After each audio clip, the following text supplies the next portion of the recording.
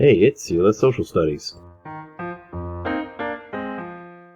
Hey guys, and welcome back to Sela Social Studies. All right, so the last time I left you off at the end of the 7 Years' War. We're talking about how the British defeated the French over the Ohio River Valley and pretty much sent the French packing, and now Britain pretty much controls everything from the Mississippi River all the way to the East Coast. But what happens after that? What is the effect of that war, especially on the colonists?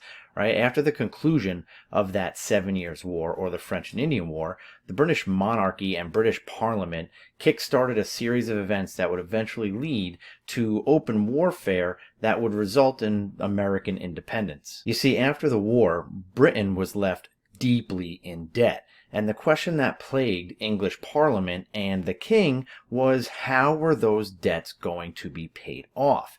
And their decision would result in a levying of taxes upon the British colonies in the New World, in America. And these colonists would not agree with these taxes and would rally behind this motto: no taxation without representation. That is something that we're going to hear often in this chapter. What does that mean? No taxation without representation. It's really just 4 words. What does it mean? And at the end, we're going to go ahead and go over that. So were the colonists angry at these taxes? Well, simply put, yes, they were very angry. There were protests and riots in the colonies, and after every one of these acts that the British Crown imposed on them passed. So there still remained this underlying issue of not having a colonial representative in British Parliament to argue against the levying of these taxes on the colonies. No taxation without representation. And what I'm going to do is I'm going to go through a series of events, a series of acts. And when I say acts, most of the time I say taxes.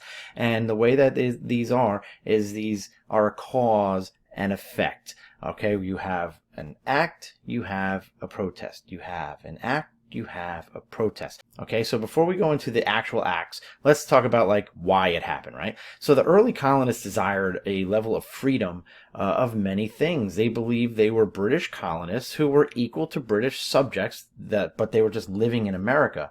And after all, the British in England were not paying taxes like the colonists were. Think about that. I'm a British colonist. You're a British colonist. You're in Britain not paying taxes. I'm living in America. I'm paying taxes. So I did not like things like money being taken away from me when it wasn't taken away from you. So colonial legislatures gave the colonists a feeling of independence from British rule in that they were able to pass laws on their own. It was kind of like a puppet government. Well, sort of not a puppet government, but we were ruling ourselves, but just kind of like permission with the king.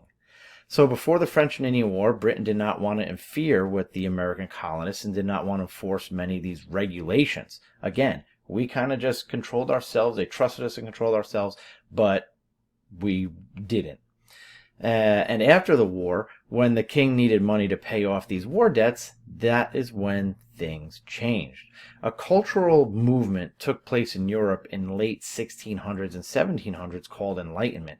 John Locke wrote about issues such as limited government. This movement influenced the thinking of many of our founding fathers as they began to seek liberty and freedom from the British. So now we're going to go into how all this idea of enlightenment turned these acts that the king placed on the colonists as causes of the war. And what's the first one? We're going to cover the Proclamation of 1763. Hopefully, as you remember, after the 7 Years' War, the British monarch needed to pay for the war. He also made sure that the colonists were not expanding into native territory past the Appalachian Mountains. The king felt that if the colonists entered the native territory, there would be more fighting, which would cost more money. But the colonists felt that the king was trying to limit their rights as British subjects. And more importantly, the colonists felt that Britain was trying to keep the colonies weak and reliant on Britain. So in 1764, the British Crown passes the Sugar Act. Now, this British law charged duties or taxes on sugar imported by the colonies. Now, several other products like wine were also taxed, and the Sugar Act actually reduced the tax on sugar by about 50%. However, before the act passed, British tax collectors in the colonies rarely collected the taxes. But this time's going to be different. these taxes will be collected. In 1765, the British Crown passed the Stamp Act, and this British law required certain printed materials, which included newspapers, playing cards, regular cards, and books in America printed on paper, to be purchased in Britain and stamped with a revenue stamp. Now, the monarchy claimed that this tax was going to help protect the colonists. However, if Britain claimed the land that the colonists lived on, who would they need protection from? Yeah, that makes sense, right? This angered the colonists. They were arguing the fact that the monarchy was taxing the colonists without representation in British Parliament. Again, no taxation without representation. This act was actually repealed in 1767, with the king stating that he can tax the colonists on whatever he wants to. In 1765, the king passed the Quartering Act. Now, this is not monetary per se, I guess, but this act forced the colonists to provide food and shelter to the British Army in the colonies when it was needed. So if they knocked on your door and wanted a place to sleep and eat, too bad, you got to take them in. Then in 1767, the Townshend Acts passed. Now, this was a series of acts passed by the British beginning in 1767 that taxed the colonists. And the Townshend Acts were taxes on things that many of the wealthy colonists could afford. The king felt that these wealthy classes would be the ones who would cause the most problems in the colonies. If you were just a poor farmer, you wouldn't be the one starting a rebellion. But if you were wealthy and you had power, that's the guy he's looking for.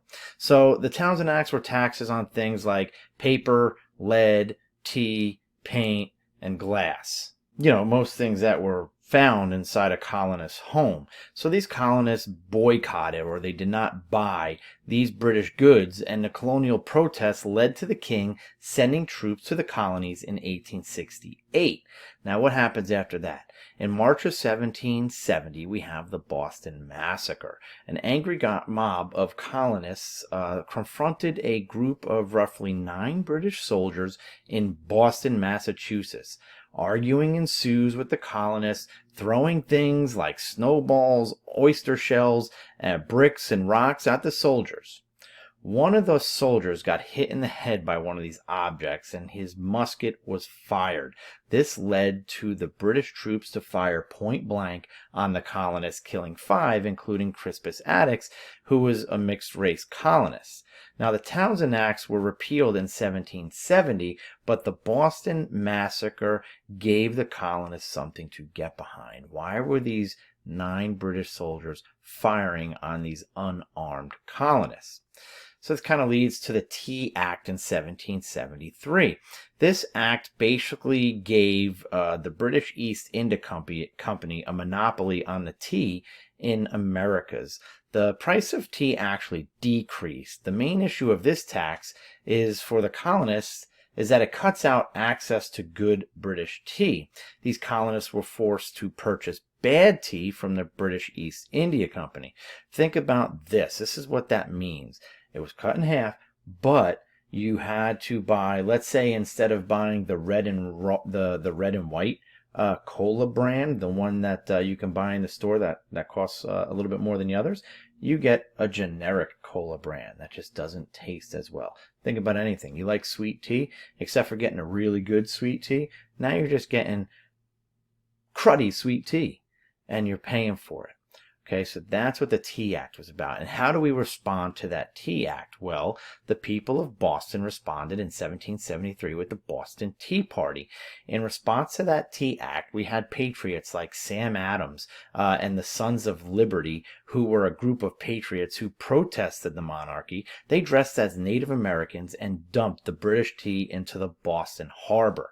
This infuriated the king, and his response to that Tea Party was the Intolerable or the Coercive Acts. So what are these intolerable or coercive acts? Well, these are a series of laws that were passed by the king in response to that Tea Party. And the king passed these intolerable acts to pay for the tea that was thrown into Boston Harbor.